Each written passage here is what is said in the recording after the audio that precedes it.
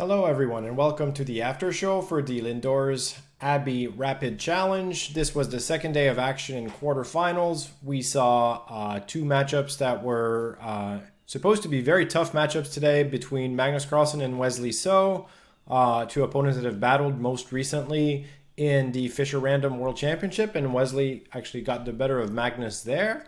So this was, surely going to be a tough match. And between the two Russians, Daniil Dubov and Sergei Karjakin, two players, as we talked about yesterday, that have a little bit of a clash of styles. But today, surprisingly enough, the action was a little bit more one-sided, at least when you look at the results, than yesterday. So let me show you the results for today. So as you can see, Magnus Carlsen won 2.5 to 1/2, and Daniil Dubov won 3-0 his match. So both matches did not go to a fourth game, which is very different from the outcome we had yesterday when both matches actually went to Armageddon, the full distance. So if we look here at the bracket, as you can see, we have Magnus leading Wesley So, and we have Dubov leading Sergei Karjakin. As we talked about yesterday too, keep in mind these are, I think of it as today's matches were like winning the first set in a best of three tennis match. And so these guys will play again in a couple of days. And tomorrow the action goes back to the players from yesterday. So tomorrow we're going to have Nakamura against Aranyan and Yu against Ding Liren. And, obviously the losers from the previous day are in a must-win match situation there. And then we'll see Magnus play Wesley So again the following day, and Dubov and Karjakin again. So that's the format, just to make sure everybody understands. As we do every day, I do want to mention the article that is featured today on chess24.com. Today it features Russia, written by Andrei Terehov, who is a writer, a journalist. He also publishes some chessable courses. He has one on the two knights defense.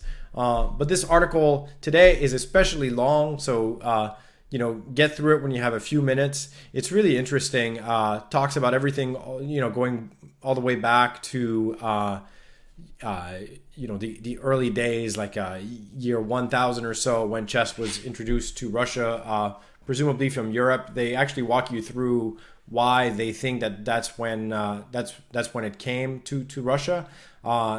And as it is the case with some languages, they talk about the names of the pieces as sort of the giveaway. So if you look at the pieces in Russian, for example, slon is the word for bishop, which means elephant. Fers is the word for queen. So they sort of walk you through like why, the fact that the bishop is the elephant as sort of indicative of where that may have come. If you look at it in French, for example, the word for bishop is un fou. And un fou is actually a totally different thing, more related to a monarchy, and it's the jester, right? So, and then in German it's Laufer. So all these sort of languages, how they adopted the names of these pieces, gives you a glimpse of the history. And this article by Andrei Terehov walks you through that. And so I urge you, as always, to look at these. They're really interesting. All right, so we are going to go to the chess. It's going to be it's a little different today because it is a completely different day of action from the one that we saw yesterday. So we'll start with Magnus Carlsen against Wesley So. Wesley, always a very solid, usually a very, very solid player, and it's always interesting to see which opening Magnus is going to go for. So he plays d4 today. And Wesley goes for the Nimzo Indian. Magnus is a little bit of a moving target, but the variation that he plays in this game, which starts with knight f3 and bishop g5, which is an old variation. This is a day of Russia. Well, this is a Russian variation. It's basically, I think they call this the Leningrad variation, which is, of course, the old name for the city of St. Petersburg. And and this is a complex variation. It has been played a few times. and I'll sort of walk you through the key things. But there's other ways for black to play, but this is a very sharp attempt at sort of neutralizing the white system. And so because this is theory, I'm not delving too much on the moves, but it is complicated. So of course, if something seems strange, feel free to ask. I'll try to answer. Hello to everyone in the chat. Crunchy, Fuchsia, Giroud.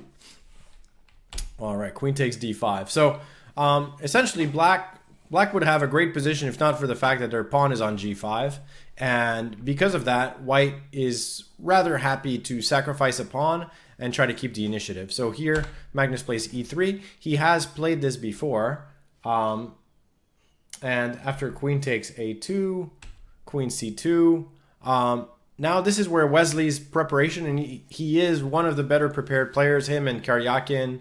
Of course, Magnus also has excellent preparation, but these are probably the three best prepared players in the world, all playing today, and Dubov also. So really today was like an opening clinic kind of a day.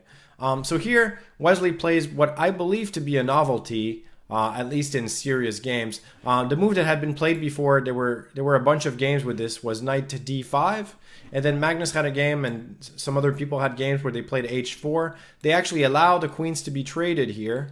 But we have a sort of very complex endgame where white does have compensation for the pawn because they're fully developed while black is not. And then these pawns on the king side are weak. So this is a sort of a complex variation. But Wesley tries to improve on the previous play and plays bishop takes c3. Forces queen takes c3. And then he goes for this sequence, which I'm sure Magnus had analyzed this because of course on the face of it, it looks quite dangerous for white. Knight e4, he goes queen c2, and it allows this check. So you have to be comfortable as white with being able to put your king on e2. And doing that with no preparation is very, very difficult because you have to realize that your king is actually not going to get checkmated in just a couple moves. But indeed, the king doesn't get checkmated, but it is, I felt like black's play here is very principled and makes a lot of sense. And I feel like black would repeat this happily, even though he lost, even though Wesley ends up losing this game. I think the opening itself was not the culprit. So knight takes g3, pawn takes g3, king g7. He's got to defend this. So he exchanges his good knight, but the knight was attacked by the queen, and this bishop was a very strong bishop. So it makes sense to trade those pieces. And now Magnus plays f4, sort of an obvious move. It does two things. It threatens to open up the position and attempts to open up the position. Maybe not like this and allowing queen takes, but at some point. But the other thing is that it gives the king a very nice square to hide out on f2, which will be just about as good as having castled, right? So that makes a lot of sense. And now Wesley goes for bishop d7, which is very, very principled and actually, again, a fairly ambitious move. He makes fairly ambitious choices in the opening because what I think is the most obvious move is to play knight c6. Sort of immediately force the white knight to do something, right? Because this position looks like, it looks dangerous for black, right? The king is out in the open, white's fully developed. So it looks like a dangerous position. The move knight c6 is the most sort of obvious way to develop a piece. I imagine that Wesley may have been concerned. I don't think he would be concerned about knight takes c6, pawn takes c6, even though this is entirely playable for white, with say king f2 next. It's playable because, the black king is arguably a little bit weak, and these two pawns, sorry for the arrow, these two pawns versus this one are not anything to really write home about. So this is a playable position for both sides, but it seemed to me like black would be reasonably solid here, and shouldn't have too many issues. This is not really a threat because there's queen takes. White has some ideas, of course, but black can already start to make active moves like rook d8. So I have to imagine that on knight c6, maybe Wesley was concerned about knight to b3, and that does get very sharp.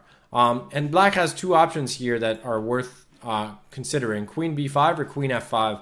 But queen f5 is actually quite interesting, with the idea to meet queen c3 with e5. And I can see how, you know, in a game with this kind of time control, it's quite difficult to make a move like this. But now Black has a simple plan. They want to play Queen f6 and then develop their bishop, also break the pin that way. And it looks okay for Black. I looked at it for a little bit, and so I think Wesley could have tried this knight c6. And there's also the move on knight b3. The move queen d8 is also possible, and it leads to, again, this kind of position, probably queen f6. And, you know, Black again wants to try to play e5. I mean, Black's still up a pawn, right? So they got a little bit of margin of error from that, and it doesn't look too bad. So I thought that, you know, opening wise, this was playable. But Wesley plays bishop d7, and I'm not saying that bishop d7 is a mistake. Maybe it's an okay move. Magnus plays b4, so he immediately goes for the jugular here. You know, another possibility would be to just play king f2, but here maybe he was not so sure what would happen on rook c8. So he plays b4 immediately, which leads to sort of immediate complications. And so Wesley takes it. I don't think there's too many alternatives to taking. Pawn takes g5. The computer actually kind of likes playing rook b1 here, but yeah, the position just gets weird there. But we're gonna focus on what Magnus played, which is pawn takes g5. And now Wesley basically makes a decisive mistake in a position that still seemed to be fully playable. So here, the thing is, even though Black's king side is collapsing, so you don't want to take here, right? Like taking is actually, sorry, we play actually rook h7 here. What do we play actually? I think it is queen h7, king f6. Even this is actually playable, but of course, you know, you don't want to get your king walking around like this. But I didn't see an immediate like checkmate or anything here.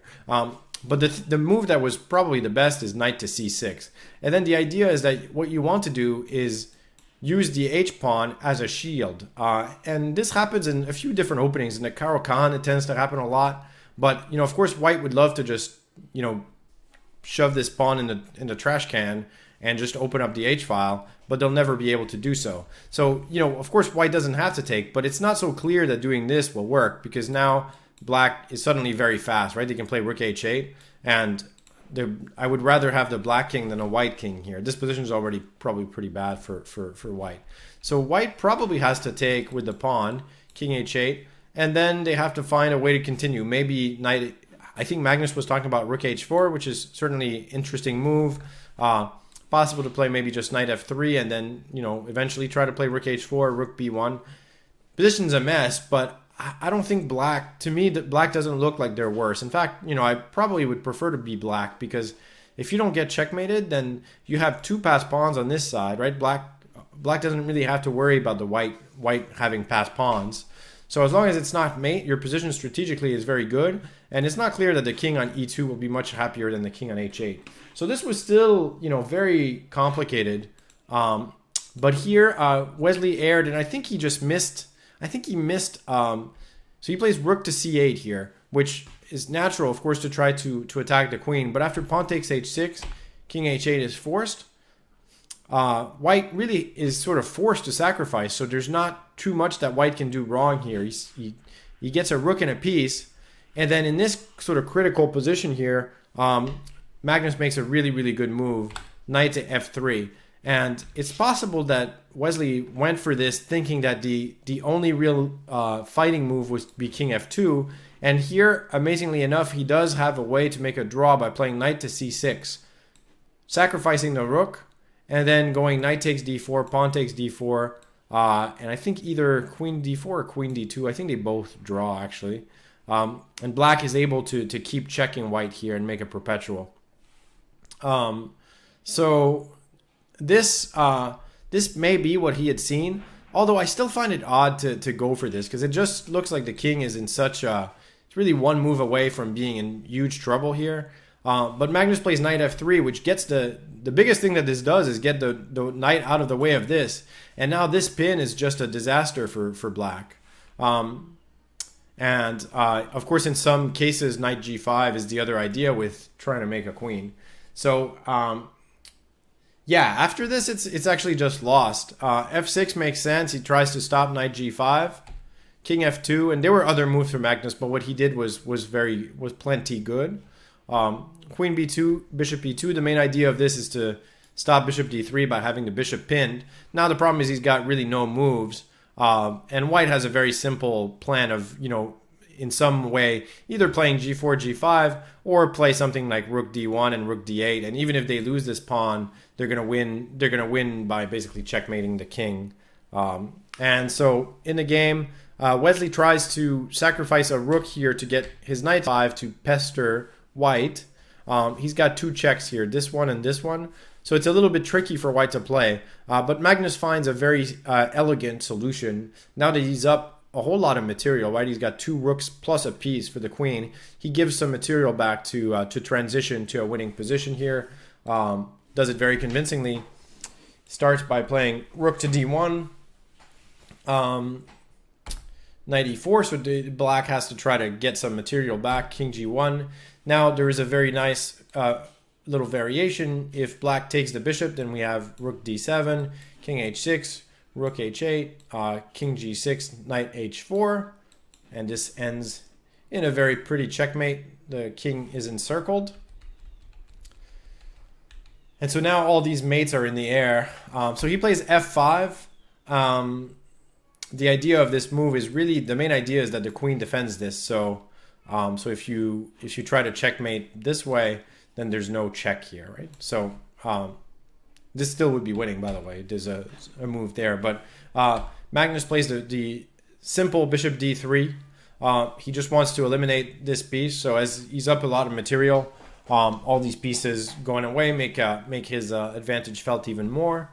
Queen f2 is, unfortunately for Wesley, really just a check.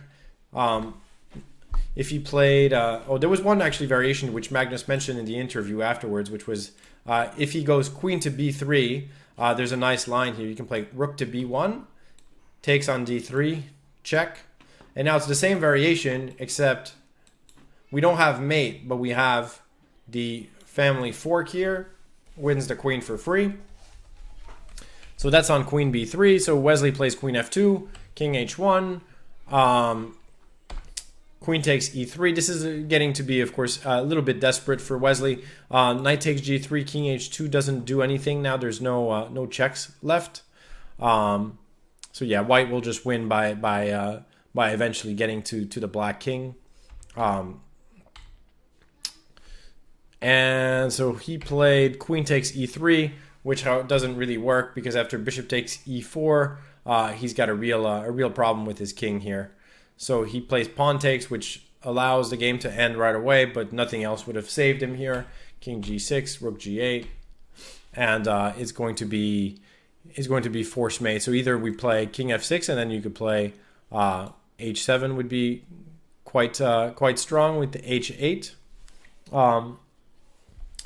And what else? If we play king takes h6, then I think the simplest was knight to e5, threatening knight g4, or threatening rook g6, threatening a whole bunch of things. So totally winning here. So Wesley was clearly a little upset after this game, but he goes into game 2, and in game 2 he shows good preparation again. So he plays this variation. Magnus has been playing this bishop c5. A lot of people have been playing this bishop c5 variation in the Berlin against d3. Ali Reza has had a lot of games with white with this variation too.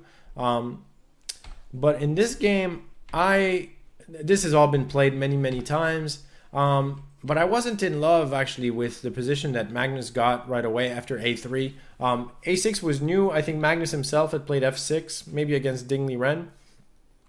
And after b4, bishop b6. But I'm not in love with the position that he gets here. So he plays a6, so that's an attempt at improving. He doesn't let the bishop be captured by the knight. However, after this trade, it just seems to me like the position is easier for white to play.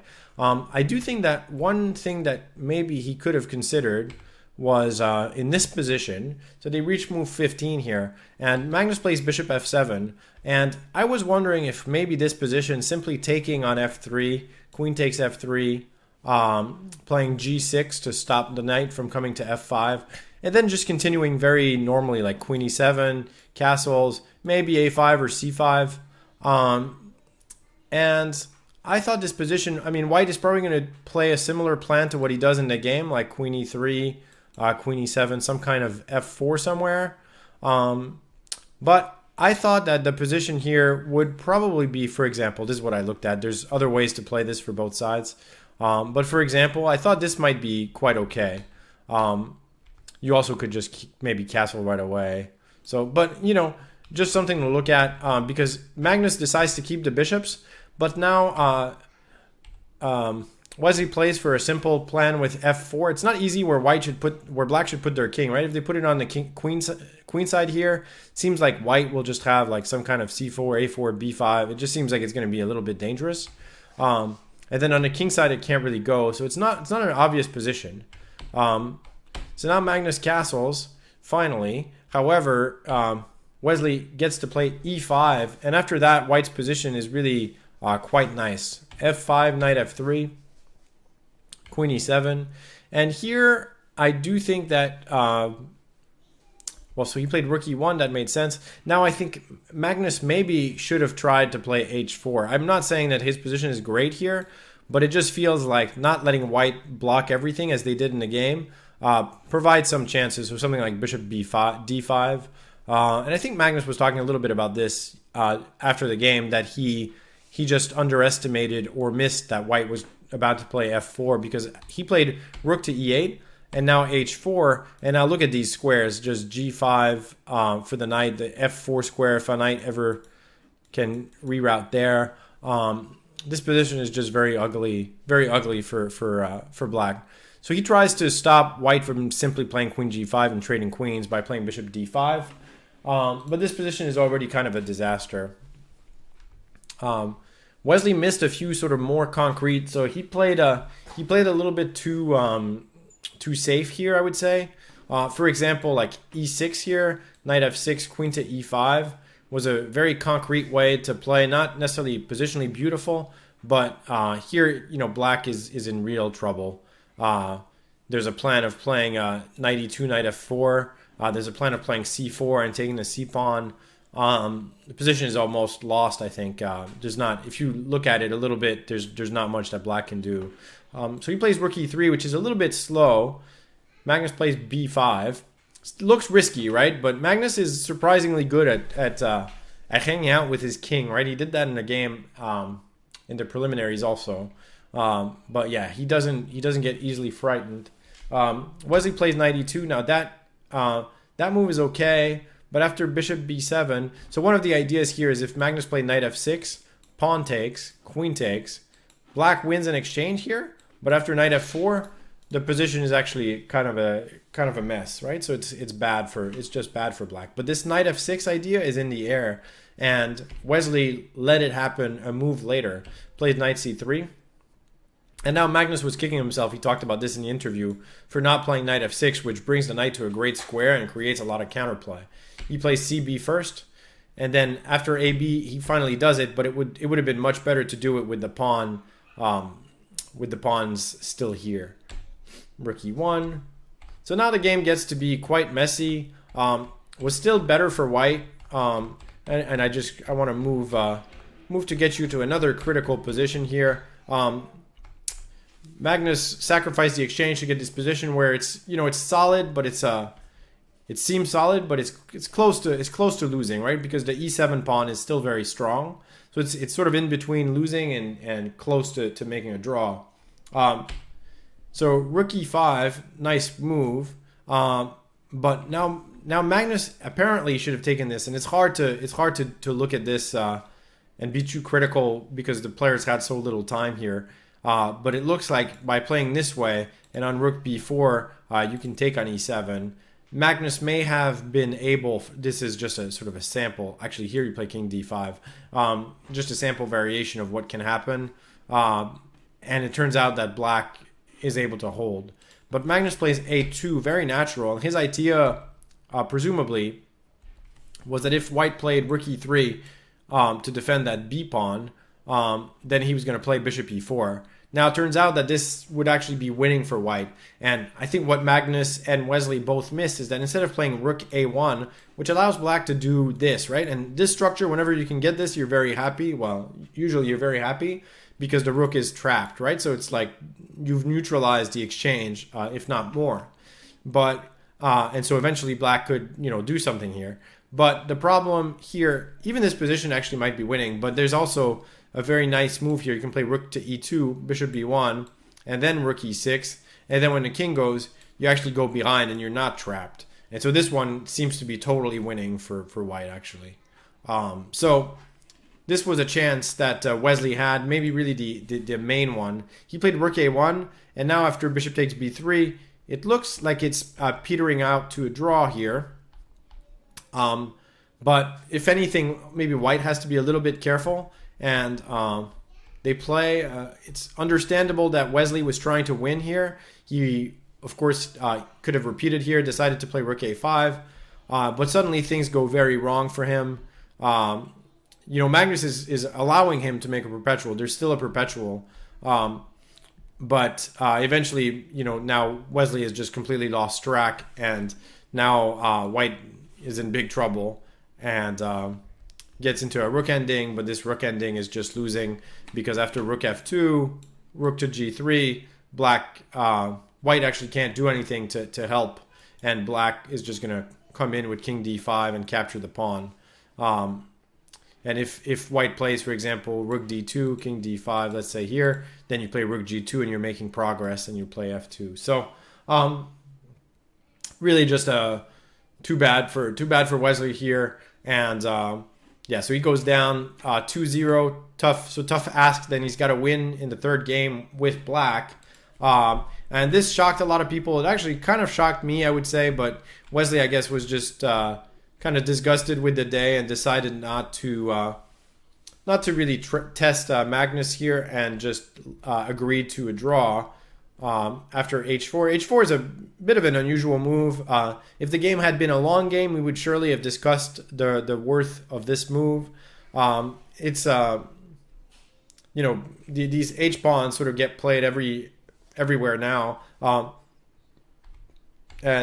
after knight h5, bishop h2, it would have been interesting to see what would have happened if Wesley just played something right like castling, for example. And so I don't think h4 really stops black from castling.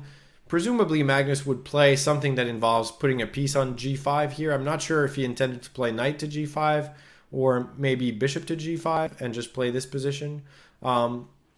It's interesting, but it doesn't seem like white is really any better. It's sort of a normal equal-ish position. You could play even instead of this, maybe knight to g4 is possible just to kind of complicate the position. Very playable, but Wesley decided that he had had enough, and so he just repeated the position, which of course ended the match. But this way he saves some energy, saves maybe some important preparation, and can come back in a couple of days and maybe give Magnus a run for his money the second time. So going to the other match, Dubov and Karjakin. As expected, we see a big theoretical debate in this match in the first game. Both guys super well prepared, but kind of different. Karjakin well prepared and incredibly solid. Dubov well prepared but willing to take great risk. And this game actually showcases that knight c3, and he goes for a long variation, which is so this has all been played many games. In fact, there was a game that I saw by Peter Lecco, who has been doing a lot of commentary. He was not doing a commentary today, but he was a couple of days ago, so he knows this line well. So this is an odd line where white allows his pawn structure to be busted, but he does have easier development. In particular, that bishop is hard to extricate, and that's why black plays rook b8 with the idea to play b6. And now white has to cause very concrete problems. Otherwise, if black can play b6, bishop b7, then it'll just be maybe even slightly better right away. So white plays knight c4, and there were a few games in this position by Hare Krishna, there was actually a game between Hare Krishna and Karjakin, which so obviously Dubov had seen this line and probably prepared it quite deeply because Karjakin had a game. And then there were 2 games by the strong Indian Grandmaster Vidit, who's done Banter Blitz with us before. He played this in 2 games, one against Lecco and one against Linier Dominguez. So bishop f4 is really the point here. Bishop b7, and so it's a sort of weird variation where black takes the rook, they take this rook, and so the material, if we take count here, is 2 pieces. So black has 4 pieces here. It's good to count them because versus white's 2 pieces and rook.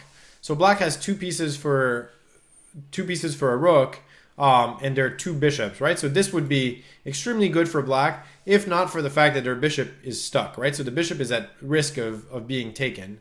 Now white can't take it that easily. They can't just go knight f2 because then the bishop escapes, and he'll be able to take on f2 and go bishop h3. So it's not that trivial. And so black plays bishop to g2. Now this is actually a new move from Karjakin. It must have been prepared. In the 2 games where this position was reached, white played, so b5 was played by Lecco, but it doesn't seem that great after knight c5, knight c5, knight e3. The bishop has some problems. He's forced to sacrifice the exchange. I think he did manage to hold it, but it was not so easy.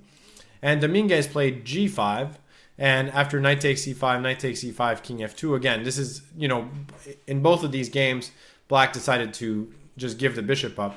But Karjakin's move is very, very, very interesting because he's trying to make a point that it's not going to be so easy to take that bishop.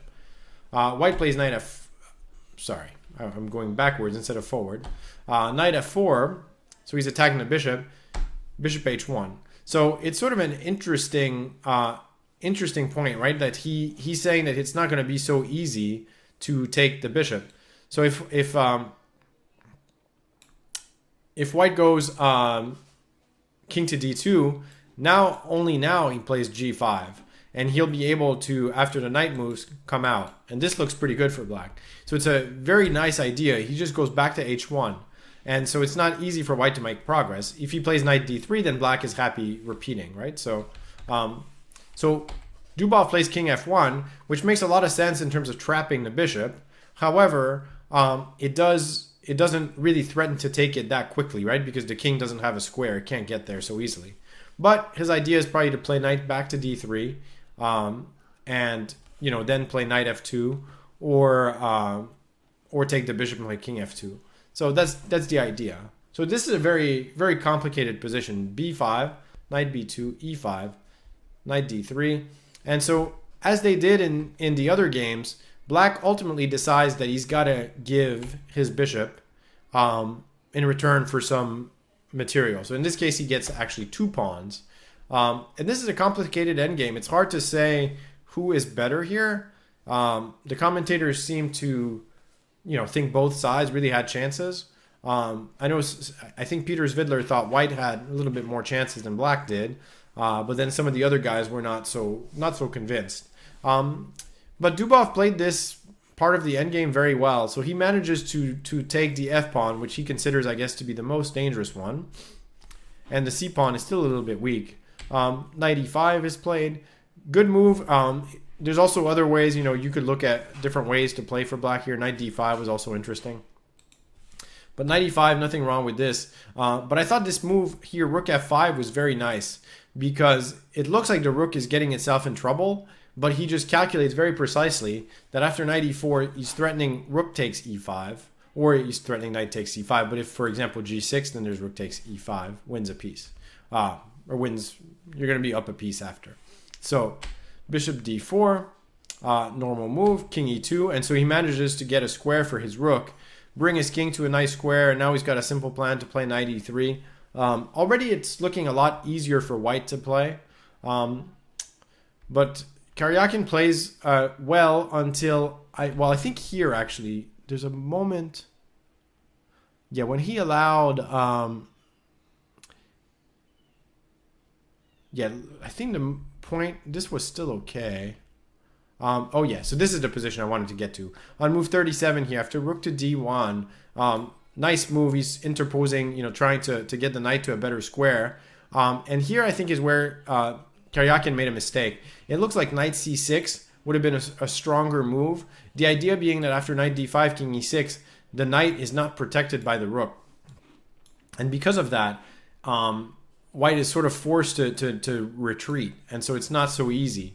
In the game, you'll see the difference. He goes bishop b2, but now after knight d5, king e6, that knight is protected, which gives him the option to play knight g5 and greedily trade this knight and then take a pawn. And that changes everything, because now that that pawn is gone, the material situation actually favors white, and in a lot of conversions, he's able to get into a knight ending where he's actually going to be up material.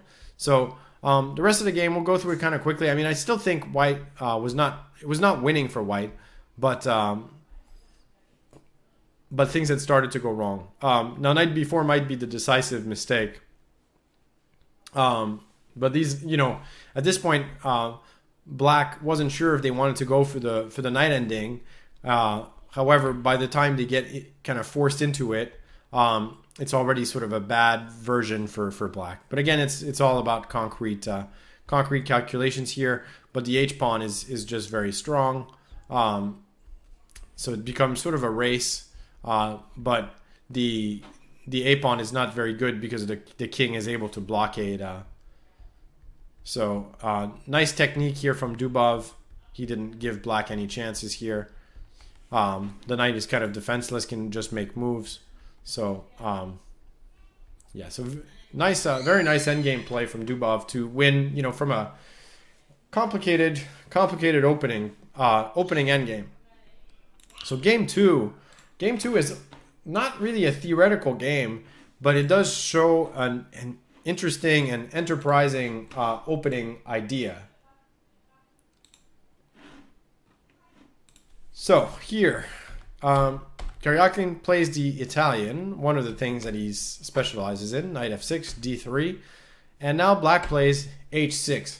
And this setup is sort of a hard one to believe if you've never seen it, but black plays very crudely, and it's not easy to punish, right? There's been over 1,000 games with this h6 move, with the idea to play g5. You could also play h6 and then not play g5, but one of the ideas is to play g5, and here Dubov, not so surprisingly, because he is a very enterprising player, goes for it. This game was sort of indicative of Dubov saying that, and Peter Zvidler put it nicely. It's on our Twitter. That he decides that he's better than Karjakin essentially in messy positions, and he's going to get them at almost any cost. So a4, is interesting. It's certainly, I wonder if this is preparations from Sergei, possibly. It's an interesting move. I mean, in a lot of these lines, white does try to grab space. Here, though, what's a little bit odd is that it does, allow black to gain the space. And so, of course, pretty much every move has been tried here, from castling to d4 to other things. So, but the a4 is actually quite rare. So I thought it was an interesting choice. Now Dubov goes for the sharpest response to this, and the position just becomes extremely complicated. A lot of possibilities. It's actually a very rich position. I looked here at moves like knight e4, which it gets really crazy after knight e4, f5. There's ideas like queen a4. It gets extremely messy. Knight e7. It's just complicated. But what Karjakin does h3 is interesting. It's very principled as well. And it works out okay after g3, knight e6, knight g2 check, king f1 wouldn't really do anything. Queen f3. I think white's position has become very good here. So black could look back a few moves and try to find an improvement. Possibly knight takes g2 was possible. I mean, this position is very complicated. It does feel like this is not necessarily going to be easy for black, because their development is a little bit awkward. But it's something to look at for the future. Very complicated. But what was I going to say? But in the game, they get this position, which does look very pleasant for white. But I think here, Sergei played rook takes h3, and that did give black a chance to play queen e7 and castle. A move that was really interesting is to play b4, and I think Sergei might have underestimated this move, because the idea is to pretty crudely play b5 and sometimes bishop a3.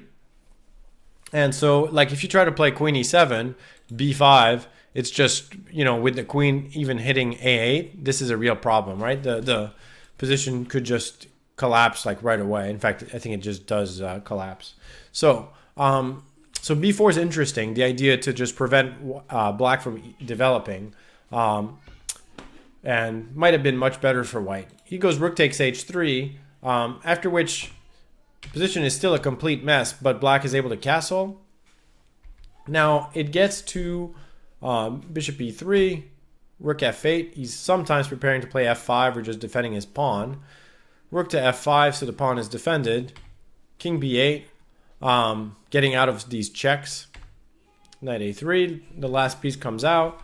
Knight f4. So now it becomes, this is just a mess of a position, but there is a fascinating variation here, which makes this entire game really worth seeing. And so here white has one move that holds, and in some cases wins, but it looks like it just holds. In the game, you play knight to d2, so we'll just go through the game real quick. Bishop takes f5, queen c6, bishop c8, and white actually lost on time here, believe it or not. However, the position is really difficult. Part of the problem is that this knight is poisoned here with this pin. And even though this looks like, a nice setup around the king, it doesn't really get anywhere for white. And so he lost on time. The position was bad. They had I think their increment was actually not working because when the players challenged, they did it wrong. They challenge each other. So that may have played a factor as well. But anyway, so instead of knight d2, there was a really beautiful variation here, starting with knight to c5. And now you kind of got to see this to believe it. So the main idea is that if black takes the rook on f5, queen takes e6, we're threatening mate, right? So the bishop has to go back to c8. This is a little bit similar to the game, but now it's actually absolutely amazing. White has knight to b5, and somehow wins in every line here. And the idea is to play knight takes a7. And so let's say we just make a move, just make a move that doesn't do anything. Knight a7, king a7. The idea is to play queen to b7, check, and checkmate on a8, which is really beautiful. So this is the idea. But now what's actually kind of shocking is that there's just not much that black can do to prevent it. So first of all, this check doesn't help because we can just take it. So what else? I looked at rook d6, for example, right? It seems to make sense. You're attacking the queen. So now white doesn't play this, which would be possible but not winning. But white plays this, and somehow this is winning again. It really, even if black doesn't take the queen, so taking the queen, okay, this you can understand is just winning because you've won a bunch of material. But let's say black plays this. There's just no defense. Now the idea is that eventually the knight will move and will play a7. It's just crushing. It's really a surprising. There's nothing like, for example, f5. You go knight b5. You're threatening a7. Knight takes c7. It's just crazy. I love this position with the white pieces swarming the king. So anyway, feel free to look for yourself, but it seems like it's just completely winning after this knight b5 move. So, unfortunately, after knight c5, black does have another natural move, right? The knight comes in, let's just take it. And then this position is a complete mess. You have to look at it again to believe it, but the computer believes it's equal. As a human, you just honestly have no idea. It looks like moves like this are possible. Now, if you take here, queen takes c6 is just winning. So you can't do that. So you have to leave the rook hanging and play a move like queen to e8. And then somehow, even though the rook can move, black gets counterplay. But this is kind of crazy complicated. Feel free to look at home. It is interesting. Last game of the day. I'm starting from this position because I didn't want to take too long. This is a game that's almost 100 moves. Dubov sort of had a typical Benoni style edge with white, more space, a better position. But he did let black out of the worst of it, and black was able to do this typical exchange sacrifice where they have a beautiful dark squared bishop, beautiful knight on e5, but it is not easy to make progress really for either side. But black, needing to win. And Dubov said that he thought, that this type of position generally, black is okay, but not more. And he's probably right. But the game, I didn't want to and Dubov was speaking in the interview kind of funnily, saying when people complimented his play in this part of the game for being up on the clock, he said, "Yeah, I came up with this brilliant plan of shuffling my bishop around, and so it didn't take me too much time." So as you can see, Karjakin ultimately decides that his only plan is to play for b5. But once he achieves it, Daniil here plays queen to g5, and he's getting counterplay of his own. The queen is eyeing the d8 square, and suddenly it's black has to be very careful. He played queen c7, makes sense. Now g4, and this move kind of cracks the position open, and white is actually better positioned for it than black. Even though this knight covers a lot of things, the doubled rooks in combination with this bishop getting into the game make for a tough pair.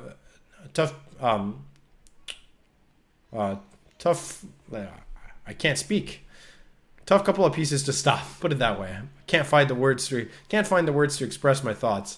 All right, so pawn takes g4, bishop g4. He could have tried to not take on g4. Actually, Magnus was saying that maybe the best chance would be to sacrifice another pawn and then go for his plan of playing a5, a4. But this is already going to be much worse for black, I think. Even if you get a4, we just take it. You can't even take on c4 because the pawn on f7. This just doesn't seem right for... And, after queen g5, white will still have the idea to push. So it doesn't look that great. Yeah, I'm losing my words. Maybe I've been looking at too much chess the last few days. All right, so he takes on g4, but now after bishop takes g4, there's this big threat against the f7 square. And things just sort of collapse by force. He plays rook b7, natural to defend the f-pawn. There's nothing really better here. And now Dubov plays very strongly. Rook f7. Bishop e6. It's actually a beautiful finish here. Not too difficult for someone of his level, but beautiful nonetheless. Queen b8, queen g6. He's sort of forced to defend very passively. I don't know if queen f8 does the same thing. And now there were a few ways to win for white. h4 would have been sort of the most maybe the most cruel. Just push the h pawn. Daniil finds a more direct way. He plays e5. Pawn takes e5, d6. So he brings another pawn into the fray here. Nice way to finish the game. The main threat is to play rook f7. Well, let's say a5. Rook f7, and d7 with, eventually he's going to be able to queen the pawn. So it is just completely winning here. Black plays king f8, queen f5, queen c6, bishop d5, queen d7. I thought he was going to play just queen g6 here, which seemed faster to me, but he plays bishop f7, which works very well as well. Rook takes. Now the idea is that on rook takes f7, he's got d7, and he makes a queen, which is just completely winning here. So Karjakin took on b3, bishop d5, king e8, rook f7. This is forced, rook e7, and this is fairly easy for someone like Dubov to calculate here. Rook f6. He's threatening bishop c6, and after bishop g7, bishop c6 here, rook e6, the mate on e8 is unstoppable. This reminds us of the rook and bishop versus rook ending that Aronian had in his game against Nakamura yesterday. So let's go back here to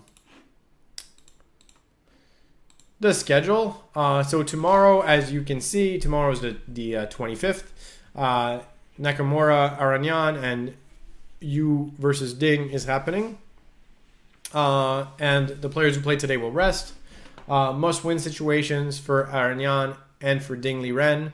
Be interesting to see. This is the first time we've had a format like this where you end up in a match, where you have to win the match, and I'm curious to see whether that will make the openings choice for either player be a little bit different than what you would normally expect, since they must win. So I will be back. I'll be back tomorrow for this. I hope you have enjoyed the after show. As always, try to read these articles on the heritage of chess. Also tweet us at #HeritageChess, and join us tomorrow, same time, 10 o'clock in the Eastern United States, 4 o'clock Central CEST, whatever you call that time in Europe, Central Europe summertime, something like that. And as always, thanks for joining me, and I will see you all tomorrow. Thank you very much.